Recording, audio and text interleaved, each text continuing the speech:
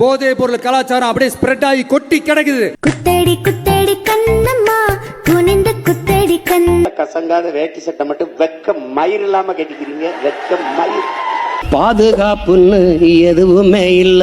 எல்லாருக்குமான பாதுகாப்பை நான் உறுதிப்படுத்துவேன்.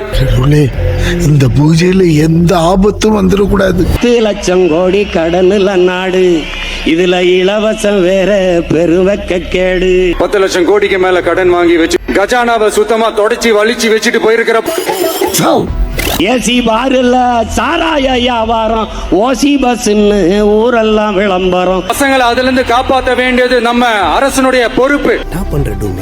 எனக்கு ஒரு என்ட்ரி பிஜிஎம் தான்ப்பா. ஊழல் லஞ்சத்தில ஊறி கிடக்குறான், உண்மை நேர்மை என்னன்னு கேக்குறான்.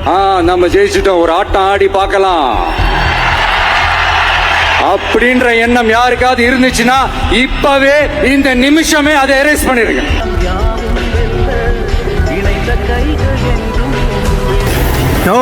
ஏதோ தப்பா இருக்குண்ணா. அண்ணன் இருக்க பாத்துக்கிறப்பா. வணக்கம் போய்.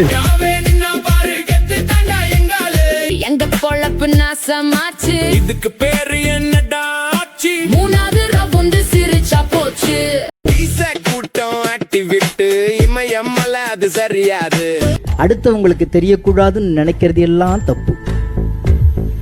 தெரிஞ்சா பரவாயில்லைன்னு செஞ்சீங்கன்னா அது சரி.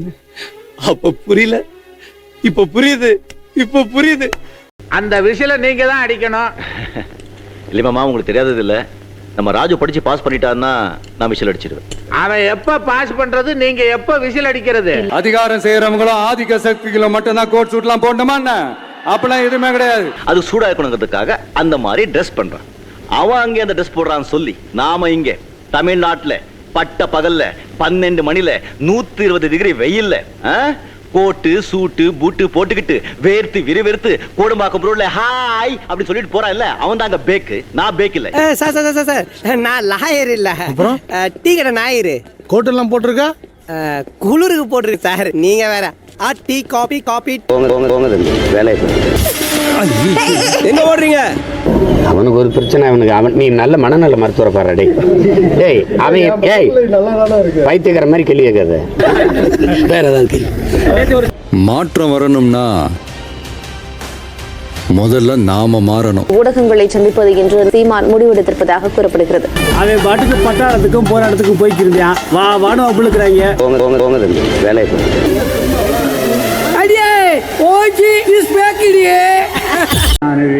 என்னும் நான், ஜெயலலிதா என்னும் நான், முத்துவேல் கருணாநிதி ஸ்டாலின் என்னும் நான், சி ஜோசப் விஜய் எனும் நான் விருப்பு வெறுப்பை விலக்கி பலதரப்பட்ட மக்கள் அனைவருக்கும் நேர்மையானதை செய்வேன் என்றும் ஆண்டவன் மீது ஆணையிட்டு உறுதிமொழிகிறேன்.